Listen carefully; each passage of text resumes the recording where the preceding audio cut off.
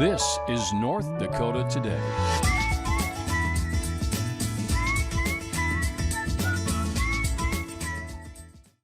Well, hello everyone. Good morning. Good morning. Welcome on into North Dakota Today. Thank you so much for joining us here. My name is Ashlyn Hill. And I'm Sophia Richards. And is anyone sweating already?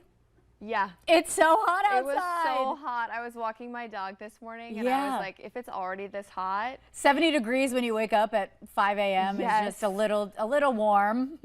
Oh my goodness. And it was toasty yesterday. Yeah, and we're in for it even through tomorrow too. So I really hope everybody is at home in the AC or has a box fan on you. Yes. Do what you got to do. Yes. Whatever you need to do to survive. Stick your head in the freezer. Yeah. Eat some popsicles, whatever you got to do. Yeah. It's going to be hot, but we'll get through it together, everybody. In the meantime, I think you had a fun weekend, right? Okay, so we last saw Sophia. She was line dancing at WeFest. Yes. And now, welcome back to the studio. Well, welcome back to you because you were gone Friday. I was at a live shot yesterday. It feels like forever. I know. We haven't seen each other. It's been a minute, huh? Yeah. So how was your weekend? It was so much fun. So I always talk about Hope Days like it's the event of the year, which for me, I mean, I know I'm being dramatic, but it is so much fun.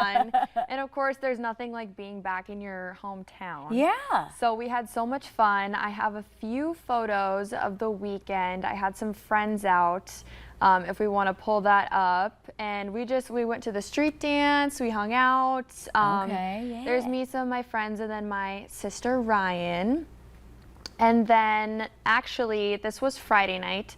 And then Saturday, we had the Bio Girls Fun Run, which is the next photo. Yeah. So I got up bright and early, and we went and did our 5K, and that's one of the girls that I've been mentoring for the past 11 weeks. Yeah. So it was a really eventful weekend and really fun. I was a little tired on Saturday morning, though. I do have to admit, but that 5K came kind of early, yes, huh? but it was so much fun and a really great weekend. And the best part is my foster puppy, Kane. Yeah. He got to be out on the farm and out in nature and all the smells and all the sights. Yeah, back to your hometown, right? Yes. Yeah, okay. Yeah. So it was Does really he like fun. it? He loved it. He's a farm dog. Yeah, he's a farm pup at heart. That's cool. Yes. Okay, fun. I'm glad you had a good time. Yeah. Welcome back again. We're looking ahead to WeFest. That's coming up in a couple weeks too, so we're excited about that. In the meantime, though, this morning on the Valley Today, if you were waking up super early with Jordan and I, you might have seen Nishay Taylor. She was out on location this morning taking a self-defense class, learning some techniques from the gym owner there, who's also hosting a class coming up on the 30th. But Nishay did so well, and I just felt like we were learning so much this morning on the Valley Today that I wanted to kind of show you guys a clip from this morning. Basically her interacting with a local instructor and another gym member there to show off some self-defense tips for, you know, whenever you might need it. Let's check it out. Well, a big question this morning, what would you do if you were approached by someone suspicious and feared a provoked attack? It's a question many women and even men are asking themselves lately. Especially after what happened in the Metro the Valley. Today's Nishay Taylor joins us live this morning with some self-defense tips so that way we can stay safe no matter where we are. Good morning, Nishay. Good morning, Jordan and Ashlyn. You know what? Since I've been learning some of these self-defense tips here with Mariah, she's the owner of MPX Fitness. One thing that I noticed is that, it's fairly simple, but, you just got to get into the action and being able to do it. So that means it's easy for anyone to do. So, Mariah, tell us a little bit about this next technique that we're about to do. We have lovely Kennedy here. She's going to demonstrate with us. So just fill us in on how it works. You bet. So the reality is sometimes you might be pushed up against a wall. So when you think of if you're pushed up against a wall, you would think that you would try to transition laterally, stepping side to side. And in reality, that individual is just going to move with you. So we had you go through the steps. So if you want to just go through the steps without Kennedy putting pressure on you. Okay. So if somebody's standing in front, stepping and taking that angle, sliding that foot behind, and then turning and transitioning so that she's switching positions with a potential assailant. Right. Now it's all about leverage and then making sure that you're taking weight off the individual's leg when you're tipping and putting pressure on one side versus the other. So if Kennedy goes in there, pushing up against the wall, she's going in for an inside tie, not utilizing her thumb, going up nice and high towards the shoulders.